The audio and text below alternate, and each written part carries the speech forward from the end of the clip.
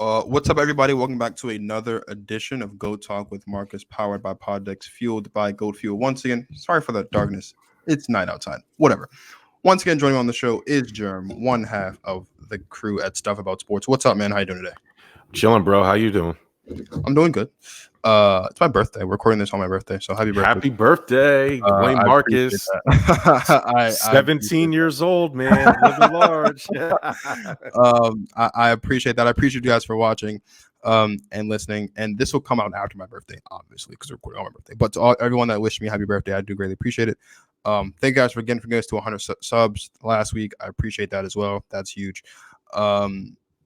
Peyton, if you're listening, you can put your pitchfork back in your closet. We can cancel the riot for now. We will riot if we don't get to 150 by the end of the year, though. That is a promise. Anyway, Jerm is here to talk about the New York Giants. The Giants are probably in one of the more interesting positions in the NFL this season. New head coach, new GM. Interesting draft class to start. They drafted Kayvon Thibodeaux. They drafted Evan Neal. Saquon Barkley, question mark. A lot to talk about. So let's get right into it. How would you grade the Giants' 2022 NFL draft class, obviously headlined by Kayvon Thibodeaux and Evan Neal? So I'm going to put a disclaimer out there. Bert was supposed to be here. He had some other obligations, and Bert is our resident Giants fan. However, of all teams for me to sit in, this is most appropriate because everybody knows, as the beautiful jersey sitting right behind me, I am a Buffalo Bills fan, and the New York Giants were so trash. They've been so garbage with Dave Gettleman and Bob McAdoo, or not Bob McAdoo. Who's the coach? Was it Bob McAdoo? Joe Judge. That they decided to just take everybody that Buffalo didn't want anymore and made them their entire thing. Even though I like Joe Shine. Joe Shine was actually responsible for drafting Josh Allen. So shout out to Joe Shine. I will give the Giants. I will give them an A. It's not often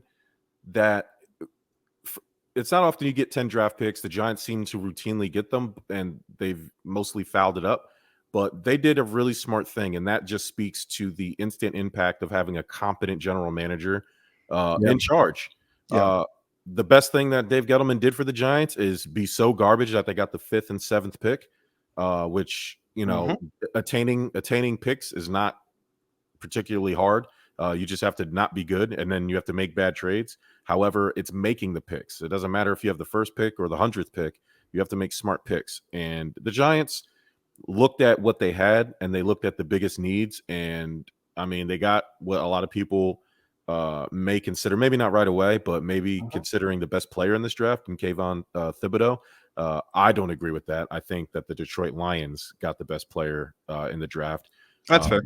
And Aiden Hutchinson. But I wouldn't be mad. Like, it wouldn't shock me if Kayvon did turn into the best player in this draft. But he fills an instant need in terms of pass rushing that the Giants needed. Evan Neal, I mean, they needed protection for Daniel Jones, and I know we'll talk about him later. And they got the best player that can help do that. So, and then they got some help, with wide receivers, and they just filled a lot of good needs with good, solid players. I don't know a lot about the deeper cuts in their picks, but from what I've researched, it looks like they got a lot of players that could play 2 or 3 positions. So I'm a big fan of versatility, as you know. So I will give the Giants an A. I will cut them some slack, and it's only because they're actually Buffalo Bills South. That is true. They are the Buffalo Bills South. I'm going to give them an A2. I think this is the best case scenario given, this is a fresh start, right? The Giants haven't had a draft in a while. They haven't had a good free agency in a while either. And again, I was really hoping Bert could come on because he's much more well versed in the deep dark places of the Giants draft once you get past rounds 1 and 2. But to get Kayvon Thibodeaux, who I think, while he might not be the best player in the draft, I think he is the best athlete in the draft, has the highest upside. I love the pick of Evan Neal. Obviously, when you think about Saquon, who we'll talk about a little bit later, he's trying to get a comeback season. You can't have a comeback season for your running back if your offensive line sucks. So to draft Evan Neal was huge. Staying away from the quarterback position makes sense, given that none of these guys, as we talk about a lot in the build to this draft, none of those quarterbacks are franchise guys. You're just going to end up replacing those guys in 2 to 3 years. Anyway, just stick it out one more year with Daniel Jones, who I don't even think, call it a hot take, I don't think Daniel Jones will finish the season as the starter. I wouldn't be surprised if Tyrod Taylor ends up being the starter midway through the season. just because they're clearly not sold on Daniel Jones. They didn't pick up his 5th-year option, if I'm not mistaken. Like, they're going to move on from Daniel Jones next season. You have nothing to play for anyway. So it doesn't hurt you to put Tyrod Taylor out there. I mean, it doesn't hurt you to keep Daniel Jones out there either, but so it doesn't really matter. I think this would be a fresh start. This is the beginning of a fresh start. You have solid pieces on either side you can build around, right? You have an offensive line guy that you can build your offensive line around. You've got a guy defensively that you can build around and kind of help. The one negative I would put, and this isn't their draft, but the one demerit I would put on the Giants offseason to this point is losing James Bradbury. And then him also going to the Philadelphia Eagles. That's a massive loss given that he stayed in the division, I think. But then again, this team has holes everywhere. They were going to try to replace him at some point down the line, I would assume. So maybe it's not that big of a deal they give him now. I'm going to give him the draft class an A, though, just because I think you got a really solid player defensively who I think is the best athlete in the draft. You got a really great offensive lineman. And as we all know, the one position that guarantees you an Hall of Famer in the first round, if all goes well, is an offensive lineman. So not a bad start, I think, to the Daboll Schoen era here in New York, or as you would say, Buffalo South. Not at all. They're not going to be competing for anything anytime soon. So it's no real issue. So we talk about the draft. Do you think this has been, at least the start of it anyway, do you think this has been the best draft for the Giants in the last 5 to 7 years? It's because it's been a while. I mean, you got Saquon in, what was that, 2017, 2018?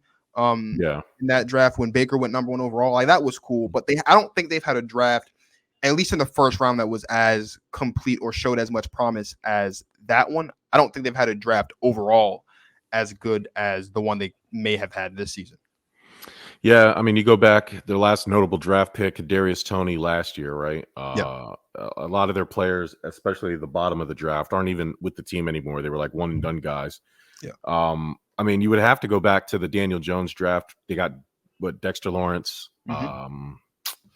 Darius Slayton, who's no longer on the team. You know what I mean? Like, there's a lot of mixed match, right? It's like, even going back to like Saquon, I would think they got 2 of the more talented players they've drafted in a while. So I will probably say yes, even though, Evan Ingram, it's hard to separate what we've seen as opposed to what those players were coming out.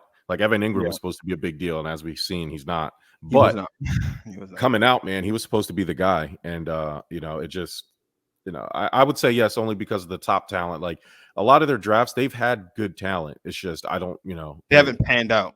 They haven't panned out, in the way that you would expect or maybe anticipate. A lot of that has to do with the culture in New York. It hasn't been the best going for New York at all. So I'm going to say yes. It's hard. I think when you have a new head coach and you have a new GM, I think there's an air of excitement around New York, not just for the players that are already there and not just for the fans, but the players that are coming in. Like, I think it's been a while since players coming in have had an air of excitement or wanting to be in a New York Giants uniform, for lack of a better term. It'll be very interesting. On that same vein, though, on a scale of 1 to 10, how confident are you in the Daboll Schoen era that's now going to be beginning in New York in a couple of months? Well, it's really already begun, but I have a love-hate relationship with Brian Daboll. I can't tell how much of our offense was him and how much of it was Ken Dorsey, who is now the offensive coordinator, who was the quarterback's coach of Buffalo, while Daboll was getting all the praise. There was times where Daboll was getting too fancy with the plays. He didn't commit to the run enough. There was a lot of things going on in his tenure. But Joe Schein helped. Like, anybody who's a Buffalo fan or anybody who's paid attention knows that Joe was instrumental in pretty much building this entire Buffalo Bills.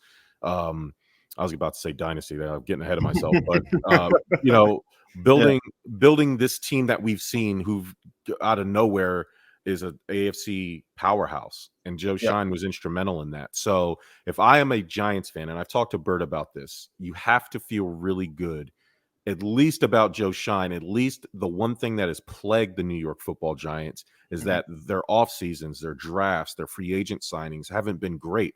And now you have a guy who has built a powerhouse from nothing, and you're hoping he can recreate that magic.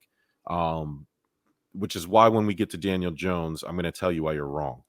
And so the Brian Daboll, I don't know if he has the players to pull off what he wants to do. Mhm.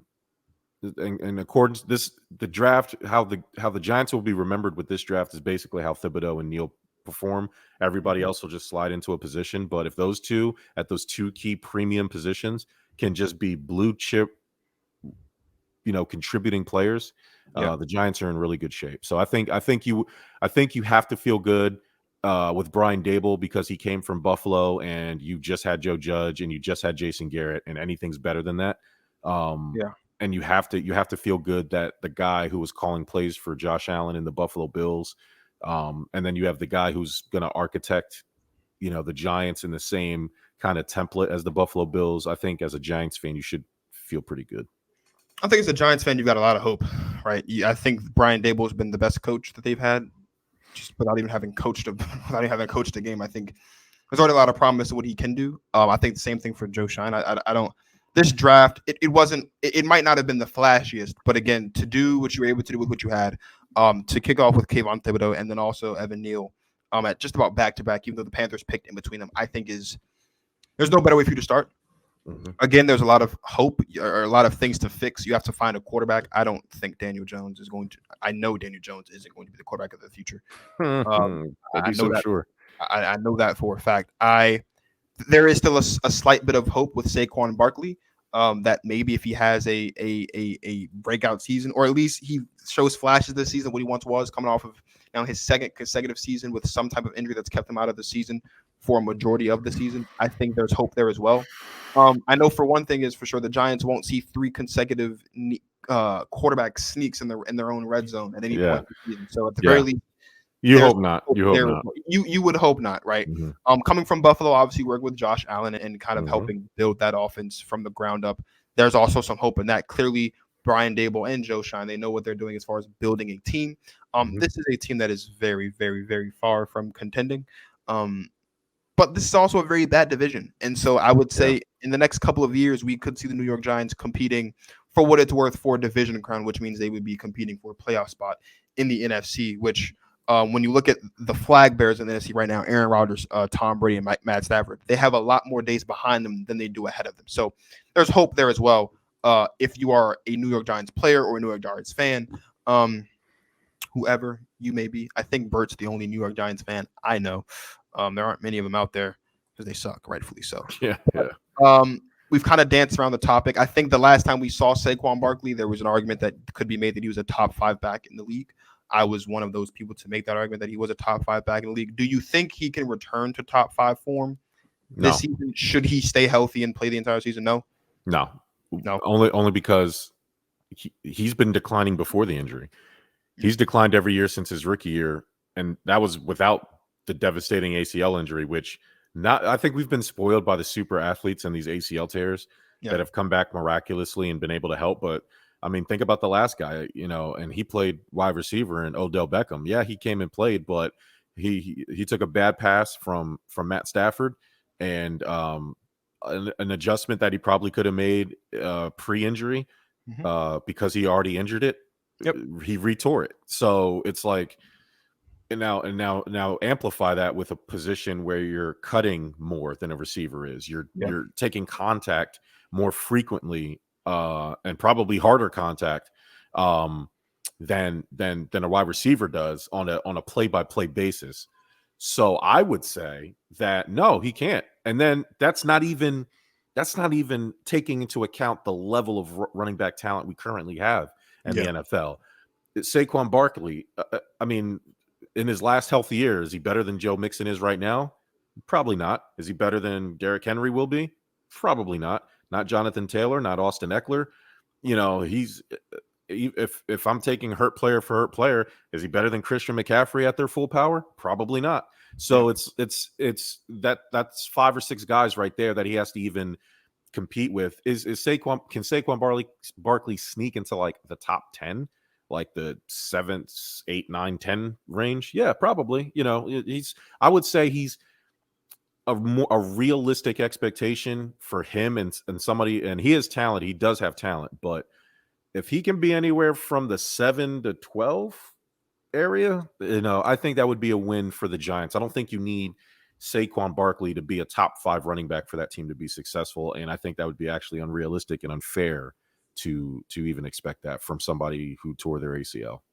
Have you bought into the Saquon is a bust? Like, are you a subscriber of that? Because there's a lot of people that say, "Oh no, Saquon's a bust." Given that, to your point, he hasn't looked that great since his rookie season, but then also he suffered 2 crushing injuries in 2 consecutive seasons. Like, are you subscribing to the he's a bust thing, or do you think that this has a lot more to do with injury than his actual talent itself? Dwayne Marcus, we've done plenty of shows together. We have, yeah, and I think you have a pretty good beat on me when I say. Yeah. I have strongly argued, that Andrew Luck is the greatest bust of all time. Wow. Because my criteria for a bust is directly correlated to return on investment. Okay. Did the Giants get their return on investment on Saquon Barkley? No. Therefore, by definition, he is a bust. Sorry. Now, that doesn't mean you're always going to stay a bust. He can come back but as of today, May 26th, year 2022, year of our Lord, he is a bust. They didn't draft him. Drafting a skill player, especially a running back that high in a draft, to get what out of him? How many division titles they got, Dwayne? None. How many Super Bowls they got? None. How many playoff appearances do they got? Not many, if one, if any. I don't think they have any. And I don't think they have any. Because I don't pay much attention to the Giants. They got a lot of primetime games because of the New York Football Giants. But yeah, I mean, sorry, buddy. When you're drafted at a certain level, when you come in with a certain amount of hype, you are expected to be a certain player. We're year 5, about to be year 6, somewhere in that range. I think so. Hey, sorry, you're a bust. That doesn't mean you're not talented. That doesn't mean I don't think you're a good player. But for what the Giants drafted you for, who you were supposed to be, a franchise player, no, yeah, I subscribe to that. You're a bust. Right. No, I think the argument exists. I don't have an opinion on it, honestly. That's why I asked. I mean, you can make an argument that he is. You can make an argument that he isn't. Obviously, the argument that he is what you illustrated. Did you get the return on investment? The argument that he isn't is, he got injured twice in a row, and maybe that's why. But so the best ability is availability, though. You know what I'm saying? It really just depends on what side of the fence you are straddling. One side of the fence I am heavily straddling on when it comes to busts is Mr. Daniel Jones. Yeah. Mr. Daniel Dimes, if you will. Talk about return on investment. Hasn't really returned on that investment either. I would be shocked, flummoxed, flabbergasted, appalled, other big words that mean surprised, if Daniel Jones returns to the New York Giants as their quarterback. If I'm not mistaken, they did decline his 5th-year option, which means that right now it's not looking good for Daniel. Is it a prove it year for Daniel Jones? And then do you think he will prove it this year? So after I blasphemed against Saquon Barkley and gave you a reason why he is a bust, there are people in this world that exceptions do exist.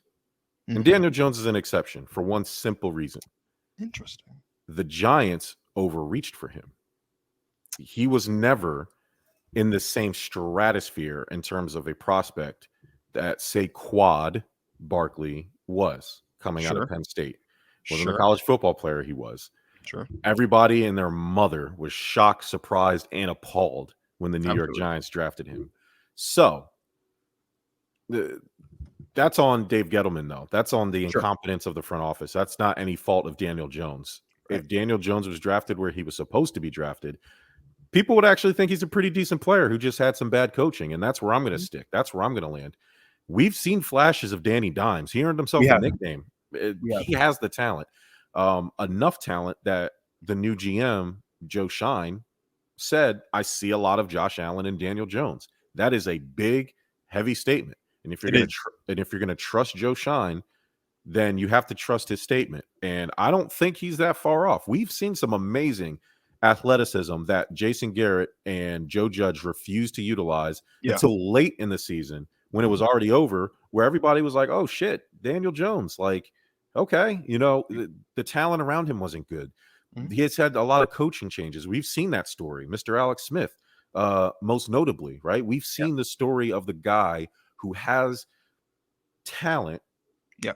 And nobody, and again, for some reason we have to clarify this. I'm not trying to make it seem like Daniel Jones is some best kept secret and he'll all of a sudden be a top 5 quarterback. No, there's 32 jobs in the NFL, and I think he's somewhere in the middle He of the definitely pack. deserves a starting job. And I don't Deserves it. want He's a it's starting not that quarterback. he doesn't deserve just I think there are places where you look and you say, yeah, Daniel Jones is better than that guy. He has starting quarterback talent, and we've seen it. Of course. We've seen it in maybe just plays in a game. We've seen it over a course of 3 or 4 games. It just hasn't been consistent. Again, the talent level around him hasn't been good. He's been hurt. The offensive line has been one of the worst. The defense is everything about the Giants. I can't judge a guy. We did that with Mitch Trubisky. He came to Buffalo and he lit it up because he had proper coaching, and he parlayed that into a starting job with the Pittsburgh Steelers, or presumably. Which is why I stand on I can't wait for JT and Don to come on. Which is why I stand on the fact that if Mitchell Trubisky does beat out Kenny Pickett, and apparently Mitchell Trubisky was aware that if available, the Steelers would draft Kenny at their pick. Yeah, Mitch ain't worried about that shit. If Mitch beats Kenny, which I think he will, I think the Steelers will be a playoff team this season. Yeah, I 100% agree. Because again, you have to look at the situation. Daniel Jones you're right. He was definitely put in one of the worst situations in football. 100%. And when you look at who he was drafted ahead of and who was in that draft class, it doesn't look that good. And that's fair. Daniel Jones has shown flashes. I think the benefit for Daniel Jones is that because he's been drafted to a terrible team, this isn't a situation like say in Philadelphia this year, for example, where there's a lot of talent around Daniel Jones and he's just not performing. The issue for Daniel Jones isn't so much that people don't believe in him, or it isn't so much that he's not talented.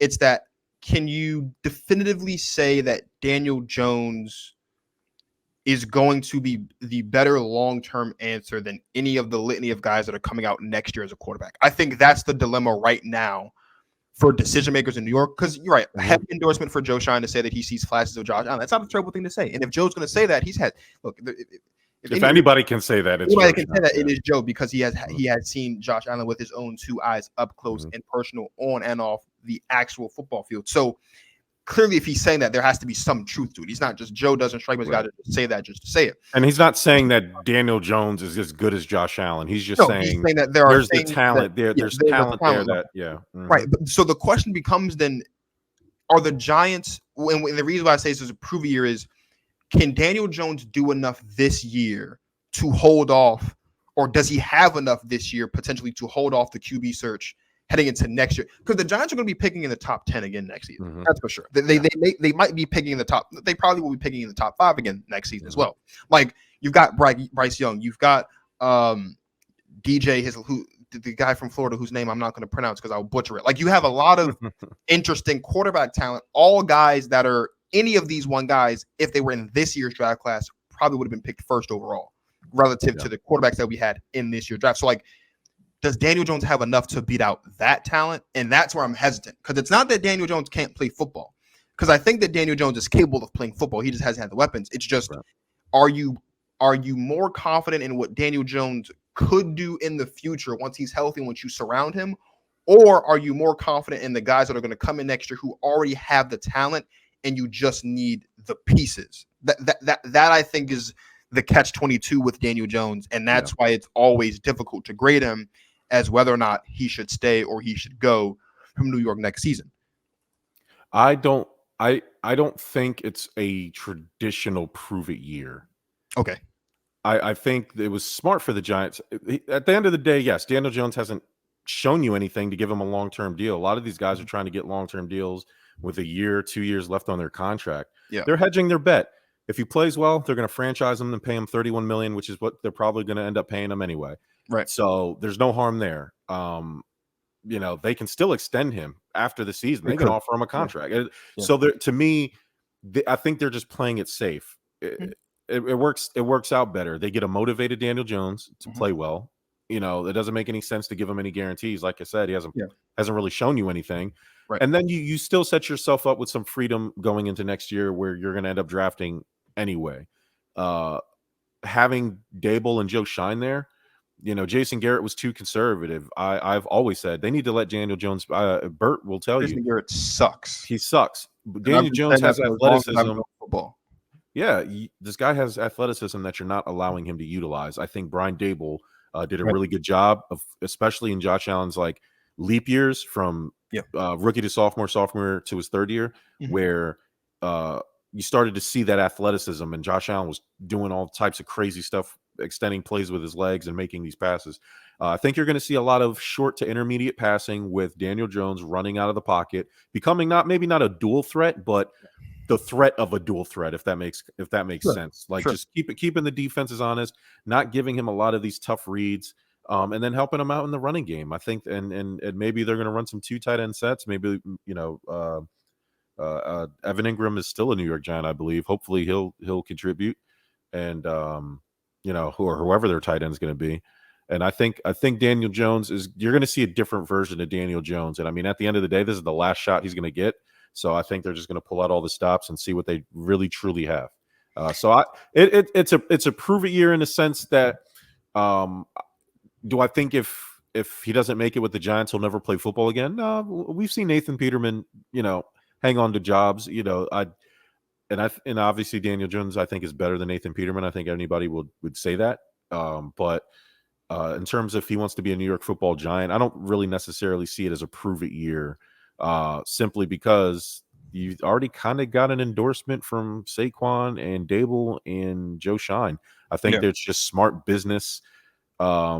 Makes business sense to not extend him. It doesn't really make sense for them to do that. So I wouldn't read too much into not extending him, especially when they already control his rights for the year. There's already the franchise tag. There's a transition tag they can use. A lot of that could just be salary cap gymnastics because, as you said, the team is not complete. They're not a quarterback away. There's a lot of things they need to do. So not giving the quarterback who isn't really proven yet a lot of money in a big contract right now isn't the smartest thing to do. And it's not like he has a lot to prove in terms of making it work. I mean, they're in one of the worst divisions. The Eagles are probably the best team.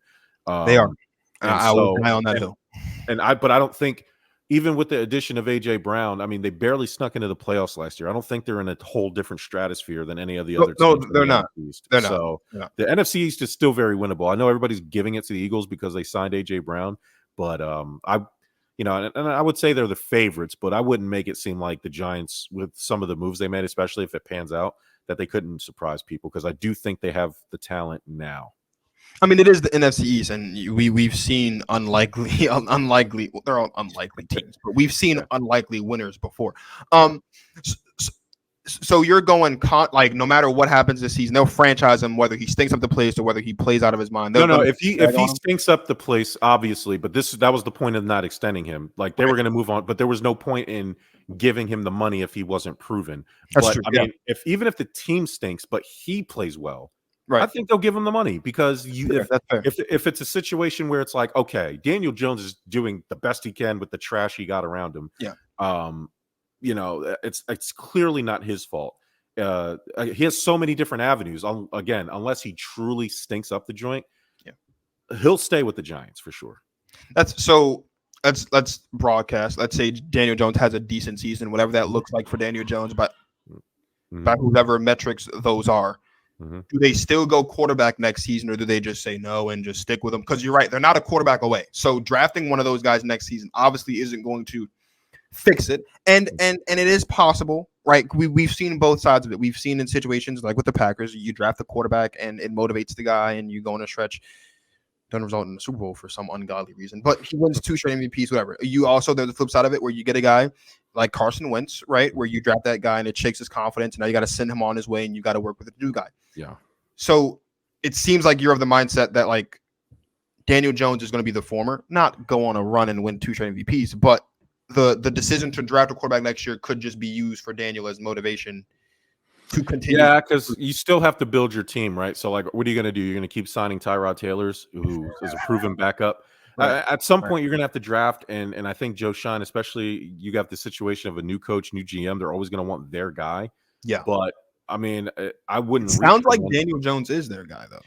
It does sound like that, but and I'm sure which isn't it's not often that you get a new coach and a new GM that like the guy that they didn't draft. I mean, you look at what's happening in Cleveland, right? You get the new head coach, you get the new GM while Baker's still there. They don't want Baker to be their guy. That's not his guy, and Baker hasn't done much to prove to them that he should be their guy. So, like, they're going to move on from him. But it seems like, and this is again, it's rare that Daboll and Schoen like Daniel Jones, and even though they didn't draft him, that this is their guy at least for this season and maybe even next until they get a better wide receiver room and they boost up the offensive line and all the things they do because like they're not a quarterback away. So maybe drafting a quarterback next year would still be an exercise of futility, and it is still a risk because again, we've seen very talented quarterbacks come out of college and just wet the bed in the NFL. And then that could set you back 2 to 3 more years because then you've got to find a new guy, and you don't get these quarterbacks as often as you might think. So the franchise quarterbacks don't grow on trees. Washington racial slurs, right? They franchise tag Kirk Cousins for what felt like 10 straight years. I mean, like the options are there. Just because they can franchise Daniel Jones for 2-3 years. I'm sure some of it there's a small percentage that had to do with, hey, there's no quarterbacks in this draft. Tyrod Taylor, we're not going to hitch our wagons to that.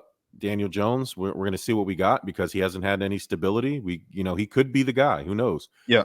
But we're not also going to commit all this money in guaranteed dollars and long-term money to him if he's not that guy. And yeah, we can still draft a quarterback next year because why keep signing and giving money to veteran free agents when we can draft rookies in the 2nd, 3rd, 4th, 5th round and pay them bare minimum and then figure it out. A lot of this is just about options. I think it has little to do with Daniel Jones and more to do with, hey, we have to fix this team and we can lock Daniel Jones in for at least 3 years because they can franchise. I believe they can franchise you 2 or 3 times and then that's it. I think it's 2 because Washington did Kirk. They did Kirk twice in a row. Yeah. So. And then they still, you have transition tag. You have all types of things. So, and like you said, it's just salary cap gymnastics. And if you really want to keep a guy on the team, like just like in the NBA, the NFL is a little bit different, but it's not like the salary cap only exists for teams that make it exist. If you really want a guy to be on your team, you will do whatever you need to do to get him on your team. The Daniel Jones perspective, and I think the Daniel Jones whole saga, for lack of a better term, will definitely be one to keep a look at because I think he's really the only guy that we're really eyeballing in New York this season. As far as obviously you want to look at what Thibodeaux is doing because he's a rookie. Same thing for Neal. You want to see what Saquon can do. But outside of those guys, really just for injury and rookie reasons, Daniel Jones is the only guy that you're really looking at to see exactly what's next for him. But I don't think the future isn't as rocky for Daniel Jones as people may think or people may generally expect. Right now, the Giants are, like I said earlier, probably going to be picking in the top 10 again next season. They might even be picking in the top 5 again next season. They won't be winning a lot of games, but as I will continue to mention over the course of this series, specifically with Washington, Dallas, and Philadelphia, they do have 10 games against who I think are the 2 worst divisions in football, the 6 games against their own division, and they have 4 games against the AFC South, that being Jacksonville, Tennessee, Houston, and Indianapolis. So it is a friendly schedule, right? If I'm not mistaken, all 4 teams in the NFC East are ranked in like the bottom quarter of the league as far as strength of schedule. They have the easy schedule because of those 10 games. How many games do you think New York can win? Because you did mention that it wouldn't be surprising because of how bad the division is if the Giants could somehow win the division. Yeah, so I was looking at the schedule, and here's the thing I don't like about these predictions because they base it off what the teams did last year in terms of where they finished, but they don't take into account free agent signings and drafting and coaching changes and players just overall developing. Like I look at the Jags game, the Jags could be infinitely better than they were last year. Infinitely better. And I said on if you guys haven't, shameless plug, but it's not really because it's my show anyway. On the very first show of the series, I said, and also on another show as well, that the Jacksonville Jaguars, it is not completely far-fetched. I don't think they will, but it's not completely far-fetched for the Jacksonville Jaguars to win that division because they got better ball. They have a much better head coach. Trevor Lawrence is expected to make a step, and Travis Etienne, who was their other rookie from last season offensively, didn't play football, and they have Evan Ingram. And Evan Ingram didn't play that great in New York, but he's a tight end. Young quarterbacks love to throw their tight end. He's something. He's better than he's better than the tight end that they had originally. So there's hope in Jacksonville for sure. Yeah, I mean, the Colts probably going to be really good. The Vikings are hit or miss, but I mean, I would say they're better than that's it. I would say they're better than them. It's tough because like the Detroit Lions are probably going to be a better team. And that'll be an interesting game to see. That'll be a very interesting same situation. But then you have like teams like the Texans, right? Then you have teams like the Seahawks are probably going to take a step back. You have The Chicago Bears, I don't know if they're going to get any better, but I think the Bears are going to be the worst team in football this season. the Panthers could get better. I mean, it's week 2, so they're going to have Christian McCaffrey because Yeah. Christian McCaffrey is contractually obligated to get hurt by week 6 or week 7. So, it's tough when you look. I hate when they do that because the Panthers are going to get a lot better just by adding Christian McCaffrey back to that lineup. So, right. You're factoring that into their ease of schedule. The Ravens, they play the Ravens at some point this year. They're gonna have Lamar Jackson back. Like it's just I hate when they look at strength of schedule because it doesn't really mean anything. It doesn't. Yeah. But as I think the schedule is just the combined records of all the teams you're playing against, and that doesn't even tell a quarter of the story. So I looked at their schedule. They go to London to play the Packers week 7. I mean, their schedule after that is brutal, bro. Yeah. Like and I feel bad because they're just going to be playing mostly division rivals and then like really good team. Like they're gonna get the Colts and they're gonna get the Ravens in that mix. So this team, I think at worst is probably going to be like 3-13 or whatever they can be. At best, I'm going to give them, because this is year 1 of a rebuild. I will be nice and give them like an 8-9. 7-10 somewhere, but I'm going to give them 8-9. Schedule, I think, is again, it's not all that far fetched when you've got games against Detroit. You have a game against Chicago. They have some winnable games. It depends. A lot of winnable games on the schedule. It all just depends on not only which version of Daniel Jones shows up, but just how everyone else around him is looking. I have no lack of confidence in Daboll as a coach. I think he'll be fine as a coach. Mm-hmm. It's just the guys around Danny Dimes that is concerning. I have him at 6. Okay. I think 6 is the seal. I think 6 is the cap that makes the most sense. They could fall anywhere between realistically 3 and 6 to me. But pushing up to 7 and 8 wouldn't be that crazy when you have 2 games against Washington. You have 2 games against Philly and Dallas. While I do expect Dallas and Philadelphia to sweep both those games, it is the NFC East and it is a divisional game. And NFC East or not, I always say that divisional games breed upsets, right? Like who had the Cincinnati Bengals spanking the Baltimore Ravens twice last season by 20 points plus in both. No one had that on their bingo card last season. It was an upset, right? Those things tend to happen. No one thought the Lions were going to beat Minnesota in Minnesota when they did to kick off their little win streak on the back half of their season. Like so it's not completely out of the realm of possibility. I think Daniel Jones will be okay. If he's healthy, they will be okay. If Saquon Barkley is healthy and gets into that 7 to 12, like you mentioned earlier, they will be even more okay. And if Brian Daboll coaches the way that we expect him to do, they will be even more okay. So they're in the first year of rebuild. They've got a lot of stuff to figure out, but there is hope at the quarterback, running back, and coaching areas where you can look at it and say, if we get the best of all of those guys, given the situation, you're looking at a really bright future for the New York Giants, not just as the season progresses, but next year and years on. I'm running through the schedule. I'll give it to you real fast. I mean, the first week against the Panthers, I'm going to give them a win. I'll have them lose at the Cowboys. Looking at week 4, they play the Bears. I'll give them the win against the Bears. Then they go to London and play the Packers. They'll probably lose that game. They come back and play the Ravens. They'll probably lose that game. Then they have the Jaguars week 7. I'm gonna give them the win, and then they go to Seattle. I'm gonna give them the win again. Then they get the bye. Then Texans. I'm gonna give them the win. Then the Lions. I'm gonna say the Lions are gonna beat them. I believe in the Lions. The Lions are the. I do too. I think the Lions will win that game. Yeah, the Lions are stuff about sports like official second team. Me and Bert both are rooting for Dan Campbell and the Lions. So then they play the Cowboys on Thanksgiving. It's probably a loss. Although it is Thanksgiving. It is Thanksgiving. Well, and honestly, they'll probably split with the Cowboys and Eagles. I have them splitting with the Cowboys and Eagles, and then I have them sweeping the Commanders. And probably a loss to the Vikings, probably a loss to the Colts. And I already said they're going to split. So that's 8 games. Yeah, that's the 8 games right there. That's as I was looking at the schedule real quick, who knows? Like I said, they could be 3-13 or whatever, 3-14, whatever the new schedule ends up being. But that's my prediction for the football Giants. It'll, like I said, there'll be another interesting team that's rebuilding to try to figure out what exactly is going to happen with them as we move on. Thank you for coming on the show. Whisper could be here, Bert. Appreciate you for coming on if you would have been here, obviously. Please let everybody know where they can find you and Bert and what's up next for you guys. Yes, sir. We should be back Tuesday, and we are at Stuff About Sports on the Instagram and the Facebook. If not, just hashtag Stuff About Sports in your Googles. And if you can't find us, you're not looking hard enough. And then look for us at the Give Us a Shot Network YouTube page.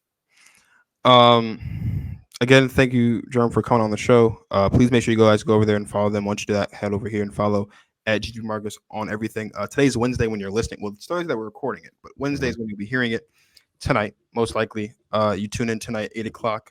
We'll be doing a finals preview of the two teams that will be in the finals. Finals start on Thursday, so we'll be doing a live show. Real quick, Jerm, who do you have going make into the finals at this point? Celtics, Warriors in 6. Makes about sense. That sounds about right. I've had the Warriors all the way since the preseason. I had the Warriors when Klay Thompson came back and dunked it in his first game. I was like, I'm going. It's the Warriors. Now I did expect James Wiseman to be back, so that kind of made me nervous. But that's even scarier because next year they're going to be even nastier. Yeah. That'll be a fun series, I think. Warriors and Celtics.